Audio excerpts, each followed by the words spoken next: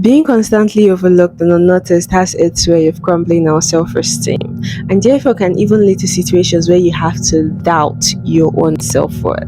But in this video, I'm about to introduce you to the three pillars of how to become magnetic without even trying. We're about to change the narrative from being unnoticed to being unforgettable. So please stay tuned while we get right into it. For the purpose of this video, I actually broke it down into three sections. These sections I call the pillars of being magnetic. Help you understand exactly what you need to become a really magnetic person and to show up as your most charismatic and alluring self.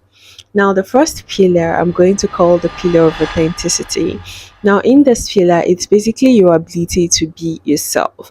Being yourself can actually make you the most magnetic you can ever imagine because there is something about you that makes you unique, and someone out there is sincerely looking forward to meet you. And as cliche as that actually sounds, that's the absolute truth. But how can you be yourself if you don't even know yourself? A whole lot of us struggle with constantly seeking validation and the approval of those around us. And for every single time you do this, you're actually taking away your power and control over your own life. Your life is your responsibility. So why would you give someone else that responsibility? And at the end of the day, nobody knows what's best for you better than you. So for every single time you're seeking other people's approval and opinion on how to live your own life and how to run your own life, you're giving them the power to dictate what your future would actually look like. So in the situation, I'm going to recommend to you that you actually start applying the 8 letter word called exposure. Now, when it comes to exposure, I want you to find new ways to constantly put yourself out there. And I know that's uncomfortable, but success is uncomfortable. And so is growth. So, what you actually want to do is find new little ways to constantly put yourself out there and make your own decisions without the approval of others. It could actually come in very little ways, like what you decide to wear, what you decide to eat, how you decide to carry your hair, what you decide to say in a particular situation. Instead of running off and seeking other people's approval and opinion in things, how about you sit your ass down and decide, I'm going to go with this option.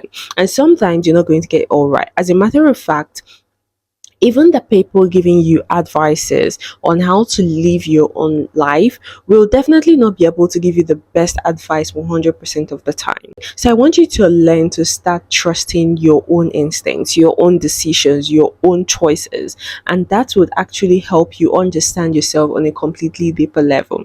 Because when you make those choices and you feel like, okay, this choice was not the best choice I could have made, you're learning from it.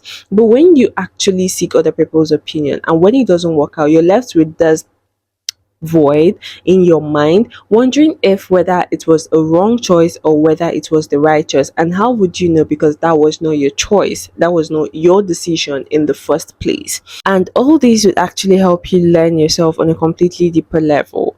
And then after that, I want you to even take it a step further. When you start learning yourself, I do not want you to just show up as yourself. I want you to constantly show up as the best version of yourself, the improved version of yourself. Now, what does this mean? I want you to go ahead and figure out what your strengths and your weaknesses are. Then I want you to amplify your strength and work on your weaknesses. So when you figure out that your strength is the fact that you're a very creative person, find new ways to improve your creativity. And if you figure out that you're a very jovial person, you're a very social person, find new ways to improve your social connections and the way you communicate with people. But then if you now find out that one of your weaknesses is the fact that you're a chronic self-critic, maybe it's high time you start reframing your mindset so that you can actually change that personality and improve that personality of yours. Because at the end of the day, if I just tell you be yourself, sometimes your current self could actually be the worst version of you. And let's be honest, nobody is perfect, but you always want to find new ways to grow and evolve and constantly be the best version of yourself. Because at the end of the day, Personally, I believe that really successful people are not impressed by what we own. Sometimes you feel like when you have that certain amount of money in your bank account, then you'll be magnetic. Or maybe you feel like when you start dressing a certain kind of way, then you'll be magnetic. Your appearance could only do so much, but being magnetic goes way deeper than that. It's all about your experiences, it's all about your values, your mindset, your goals, your morals, right? It's everything about you that actually makes you magnetic, and it's definitely not an external thing. It's more of an internal thing. It's more of the kind of energy you exude. It's more of the kind of personality. It's more of who you are as a person. That's what makes you magnetic. Now, the second pillar of how to become magnetic, I'm going to say, is the pillar of communication. Now, when it comes to communication, sometimes we always have that experience where we meet one person and we feel like the way we communicated or interacted with this person is different. There is something unique about the way we communicated with them. And trust me, for every single time you have that kind of unique connection with someone, they want to have more of you. They want to experience more of you. They want to be around you more. So I want you to learn how to communicate better. And sometimes being an excellent communicator is not even about being the smartest person in the room. I'm about to lead to you the basics of communication, the ABC of having a good communication. With this technique, I can guarantee you that you'd never run out of things to say when you're in the midst of people, whether it's strangers or even people you're very familiar with. Now, the A actually stands for ask a story based question.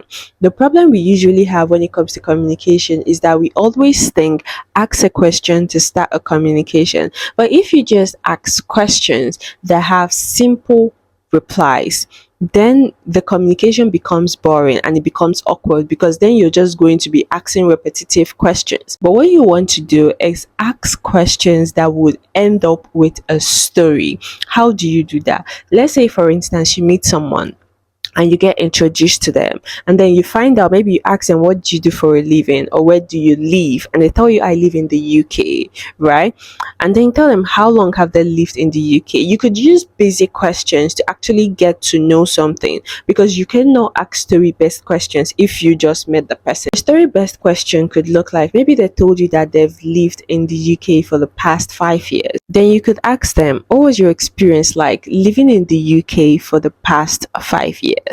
Now, this is a story based question, because they don't just tell you, oh, it was fun. They could even go ahead to start telling you, oh, I had this crazy experience where I had to live alone, where I was homeless for a while, where I had this experience where I got a job. They would go in to tell you a story. Now, the second part of this technique is the B, which actually stands for briefly rephrase. I love this part so much because it actually gives the person the idea that you're very attentive and that you're very present in the moment. Now, what do you want to do here? So maybe they told you how they lived with their aunt for like the first 2 years of being in the UK till they found your feed. You could go ahead and be like, oh, it seems like living with your aunt really helped make your stay in the UK much more conducive.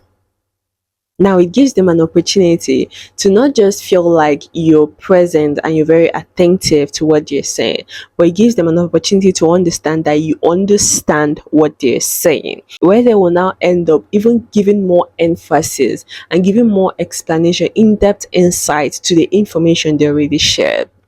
Now, the third part, the C, is what I actually call adding a comment. This is the part where you actually heard what they said, you rephrased back what they said to show that you understood what they said, and then you're now adding a comment based on the observation. Maybe he mentioned how his aunt impacted his life in so many ways and helped him become a go-getter and chase his dreams. Then maybe you could then add, since like being a go-getter runs in the family because you actually lived with your aunt. Right now, this actually gives them the impression that you've been attentive all the way. And you could even go ahead to repeat the same technique over and over and over again, but please don't overdo it because you do not want to sound like a bore or that you're asking way too much questions. Now, the third pillar of how to be magnetic, I would say, is the pillar of mindset. Now, when it comes to mindset, you still need to understand that you're exactly what you think you are. If you think you are shy, timid, insecure, that is exactly who you're going to be.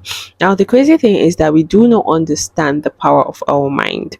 For every single time that I'm feeling insecure about a particular situation or something, if I'm very attentive and aware in that moment, I come to realize that it's all in my thought, right? It's me constantly thinking, oh, maybe my outfit is no good, or oh, maybe my skin is bad, or oh, my skin complexion is not so bright.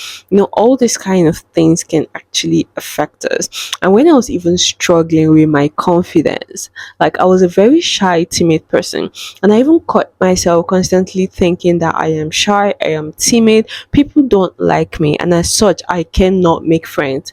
And guess what happened? That was my exact reality. I had no friends. I was shy. I was timid. I was very insecure.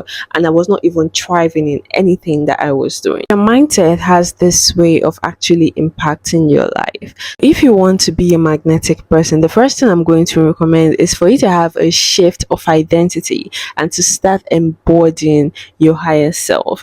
Now, this is a bit crazy because sometimes you're like, how can I do that if my reality is completely different from who I want to be?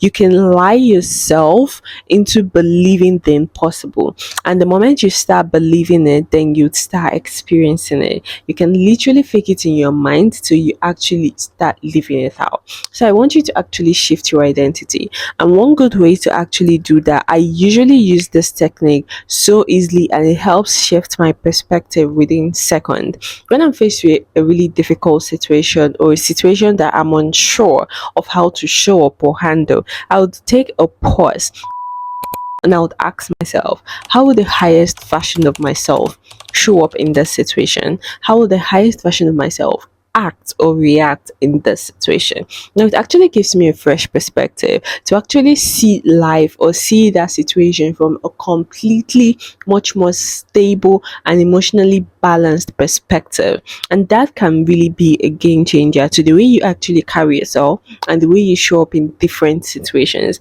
Always learn to ask yourself questions, because when you ask yourself questions, you then open your mind to the possibility of looking for solutions to those questions you've asked yourself.